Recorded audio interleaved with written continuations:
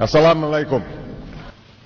Many other Americans have Muslims in their families or have lived in a Muslim-majority country.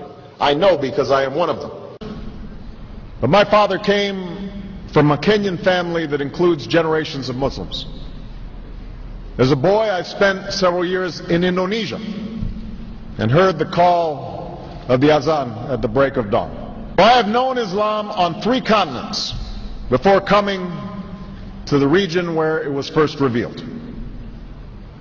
That experience guides my conviction. You're absolutely right that John McCain has not talked about my Muslim faith.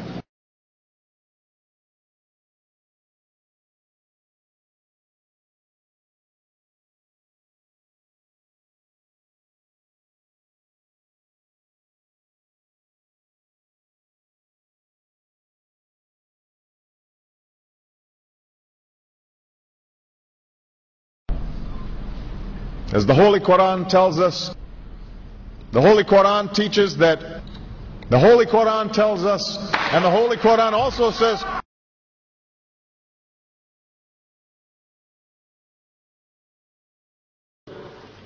we will convey our deep appreciation for the Islamic faith, which has done so much over the centuries to shape the world. I would like to speak directly to the people and leaders of the Islamic Republic of Iran. Your great and celebrated culture. Over many centuries, your art, your music, literature, and innovation have made the world a better and more beautiful place. We know that you are a great civilization, and your accomplishments have earned the respect of the United States and the world. I also know civilization's debt to Islam. It was Islam at places like Uluzar that carried the light of learning through so many centuries, paving the way for Europe's Renaissance and Enlightenment. It was innovation in Muslim communities that developed the order of algebra, our magnetic compass and tools of navigation, our mastery of pens and printing, our understanding of how disease spreads and how it can be healed. Islamic culture has given us majestic arches and soaring spires, timeless poetry and cherished music, elegant calligraphy, and places of peaceful contemplation.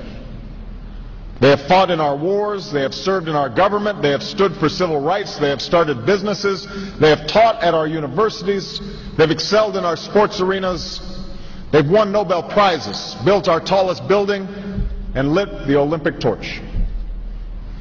And when the first Muslim American was recently elected to Congress, he took the oath to defend our Constitution using the same Holy Quran. In ancient times and in our times, Muslim communities have been at the forefront of innovation and education.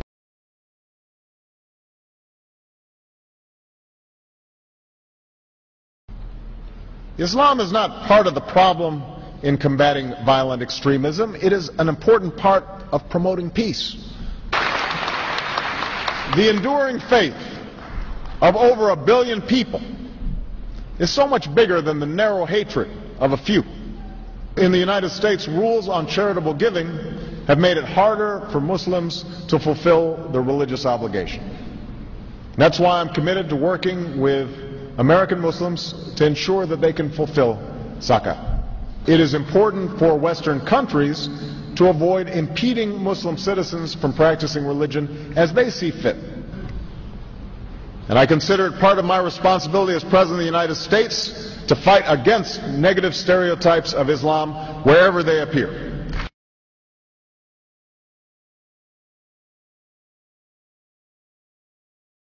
We are no longer a Christian nation. We do not consider ourselves a Christian nation. The United States has been enriched by Muslim Americans. Since our founding, American Muslims have enriched the United States. Islam has always been a part of America's story. There is a mosque in every state in our union, and over 1,200 mosques within our borders. One of the points I want to make is that if you actually took the number of Muslims Americans, we'd be one of the largest Muslim countries in the world. Let there be no doubt, Islam is a part of America.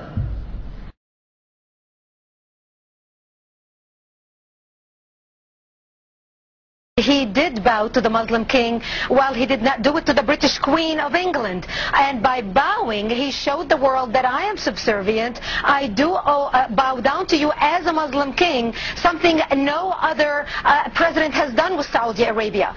The Saudi king is his peer. He is not his subordinate in order to bow for him. And this is exactly what Obama did. Usually it is out of respect that someone would nod his head when bowing to royalty, and the ladies will give curtsy. But Obama went beyond what is required as a head of state and bowed to the Saudi king, and that's unacceptable. It sent the wrong symbol. When you say it sends the wrong signal, what signal do you think it sends? It sent a message that Islam is superior to any other master or king or president in the world, that an American president bowed to a Muslim king.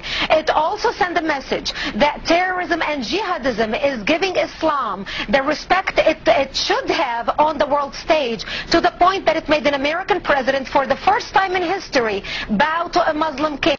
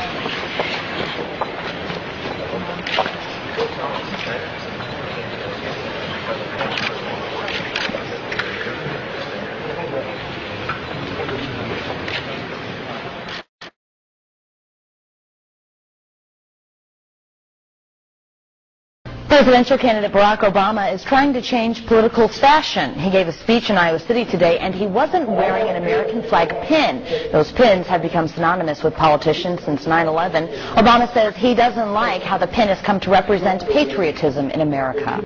I won't wear that pin on my chest. It's a little weird, Alan, that in the middle of the campaign, the guy takes off the American flag that most people wear because they're proud of their country. Let me speak as clearly and as plainly as I can. America is not and never will be at war with Islam.